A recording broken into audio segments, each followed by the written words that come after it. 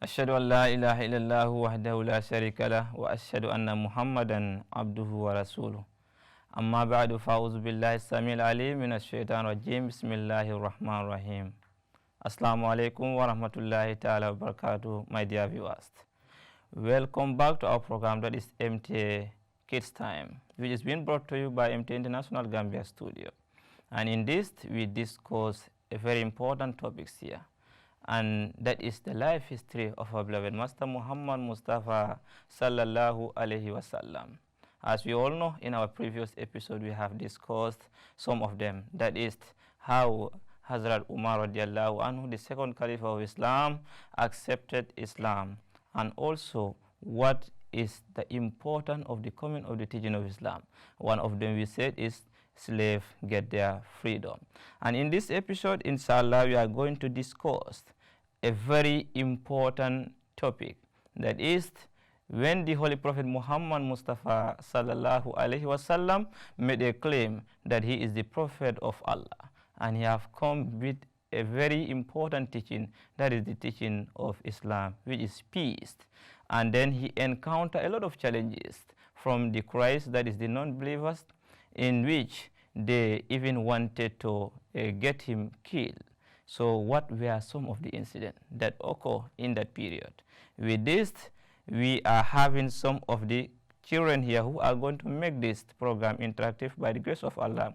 So please stay with us and hear some.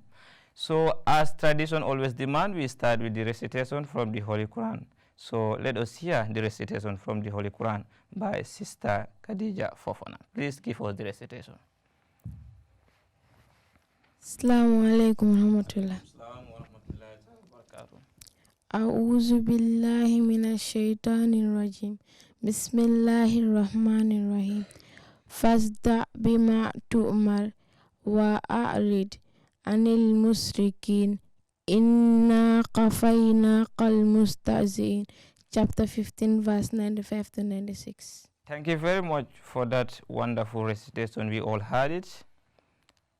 Fasda bima tu'mar wa a'rid anil musrikin inna qafayna qal mustahzi'in. So please let's hear the translation from our brother Nuruddin Cham. Please give us the translation.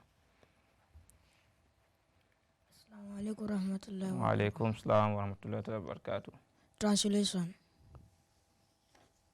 So dear, declare openly that which them are commanded to convey and turn aside from those who ascribe partners to Allah. We will contrarily suffice thee against those who mock. Jazakallah, thank you very much. We all heard this is the translation of the just recited verses from our sister Khadija.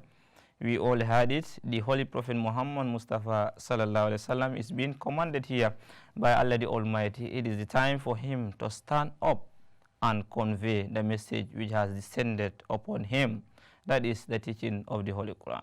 Fasda bima tu'mar wa a'rid anil musrikin. You have to get up and declare what has been conveyed to you, and then turn aside from those who ascribe partners to Allah. And Allah further says, Inna kafayna kal mustahzi'in. We are certainly going to suffice those you against those who mock. So it means Allah is going to help the Holy Prophet against the mockery of the enemy. So with that, our topic of discussion today is going to be a very interesting phrase, and that is, I will stand by you. Who was the individual who has said this? So we all know the Holy Prophet Muhammad Mustafa sallallahu alaihi wasallam comes at a time when the Arabia is engulfed in an evil action, meaning there was a lot of evil practices that was happening in Arabia. One of them is that slaves were abused, and there was not a right given to them. They have no right. The same thing appeared to women too. Women were treated as animals. They were not given respect. They were not honored. They were not given rights. Just like animal, you want, you use, when you are done, you throw. That was the status of women prior to the advent of our beloved Master Muhammad Mustafa sallallahu alaihi wasallam. So Islam made it claim that Islam has come to eradicate such a notion and such a practice in the Arabian Peninsula, and that is to give slaves their freedom, to exterminate, to end all kind of slavery, and also to honor the women, to show the status of women and how important they are in the society. So with that, those people who were suffering, who were slaves, and women also get a keen interest, develop a keen interest to this teaching, because this, they believe, is the teaching that has come to remove them from such status they were. That is, they were not honored. So people decided to join this. Many people have joined this Islam, the religion of Islam. So when these Meccan people, who were the enemies of peace and progress, they saw what is happening in the Arabia. That is, people are now being influenced by the teaching that is brought by Muhammad sallallahu alaihi wasallam. So they decided to make a step forward to see that this message that is being spreading and influencing people come to stop. So this is what happened. They formed a delegation and went to the guidance of the Holy Prophet sallallahu alaihi wasallam, who was known to be Abu Talib.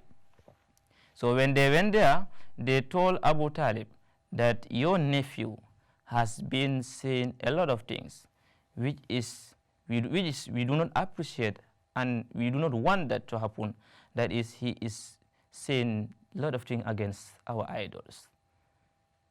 So we all know that the Holy Prophet comes to preach peace, sallallahu alaihi wasallam. So as a result of that, they say he should either stop saying anything against our idols, or then they are going to persecute him and they are going to fight against him.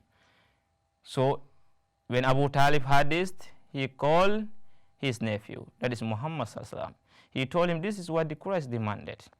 That is Abu Jahl and his members. And when the Holy Prophet heard this, he was listening carefully and attentively. After his uncle finished what he was saying, he told him, "Oh, my uncle, I know that you do not want to leave me, but then I don't also want you to suffer just because of me, just because of you protect me. It is better for you not to give up against your people, since you are a chief of them.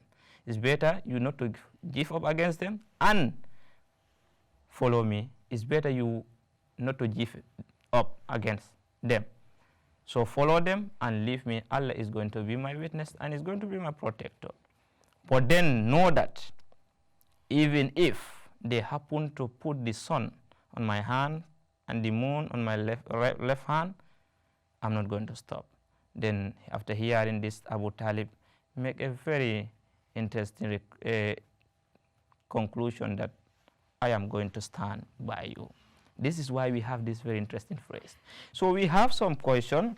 I believe we have learned some from this incident. So first of all, the summary of what we are doing today is we have to know what was the name of the Prophet's uncle. From the passage that we have read here and from the explanation that we have. Yes, Fatima, can you give us the answer, please? Give her the mic. The name of the Holy Prophet's uncle, what was the name? Assalamu alaikum wa rahmatullah. Wa alaikum salam wa rahmatullahi wa barakatuh. The Holy Prophet's uncle's name was Abu Muttalib. Abu Talib. Thank you very much. That was the names of the uncle of the Holy Prophet. That is Abu Talib.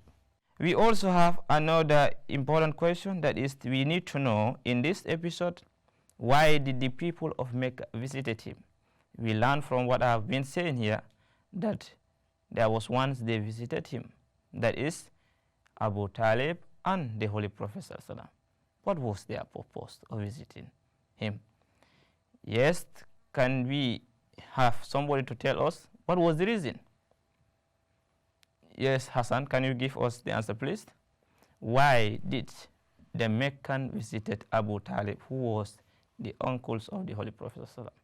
Tell him that Muhammad should stop preaching Islam. To tell him that they have been observing humiliation against them. That is, the Holy Prophet has been preaching against their idol, which they do not like.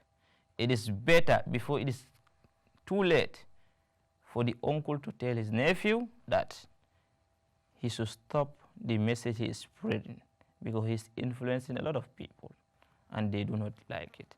But then after making this demand, I think we have a response, or when they come, we all know that that was their demand.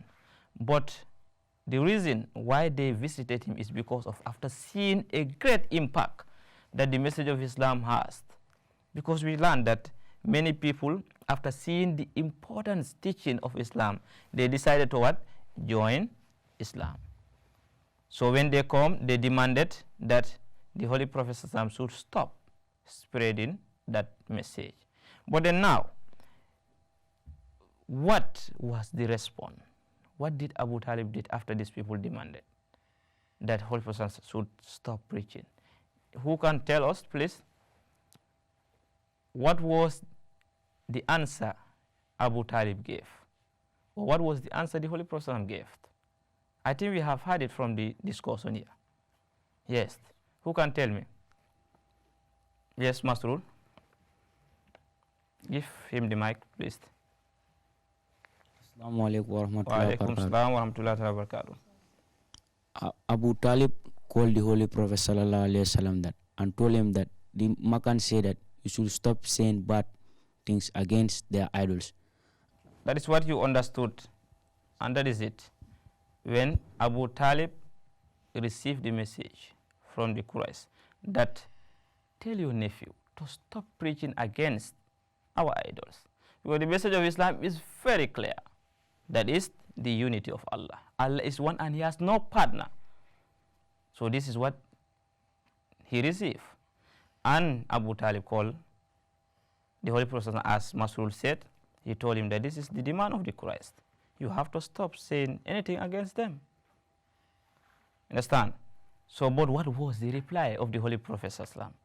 Did he accepted the demand of the Christ or not? What was the reply? What was the reply of the Holy Prophet? Yes, Khadija, please give us the answer. Assalamu alaikum. Wa alaikum salam wa rahmatullahi wa barakatuh. He replied that he will not stop preaching even if they place the moon in his right hand and the sun in his left hand. Very clear. That was the reply. The Holy Prophet ﷺ told his uncle, I do not want you to suffer because of me, but then I can never stop the message that is revealed to me to preach. Because from the beginning we say, first the Abima to Umar. This was the commandment. Get up and you will convey the message that has descended upon you. So there's no way. And this is, he emphasized to the extent that by saying, even if the sun is placed on my right hand and the moon on my left hand, I cannot. That means there's no way that he is going to stop spreading the message of Islam. So these are very important points we all have to know. Who was Hazrat Muhammad's uncle? We say that it's Hazrat Abu Talib. And also we say that why did the Meccan visited the Holy Prophet and Abu Talib is because they have been seeing the influence the message of Islam has on the people. And what was the demand? Their demand was Holy Prophet should stop preaching the message of Islam. What was the reply? We say that the reply was no, he cannot stop, because this is a message that is conveyed to him, to Allah the Almighty, and Allah asks him to convey it to the people. So this is what time allowed us. I believe we have learned some. So until on our next episode, thank you very much for your cooperation and your participation. Dear viewers, this is what time allowed us. We have come to the end of another episode. As we all know that we were discussing a very important phrase here, or a incident that happened in the lifetime of our beloved Master Muhammad Mustafa sallallahu alaihi wasallam, in which the Meccan demanded him to stop preaching the message of Islam. But then he said, no, it is not possible for him to stop. So this is what time allowed us. I was your presenter, Said Sambaso. Until we come on your way here in MTA International Gambia Studio. Assalamu alaikum wa rahmatullahi ta'ala wa barakatuh.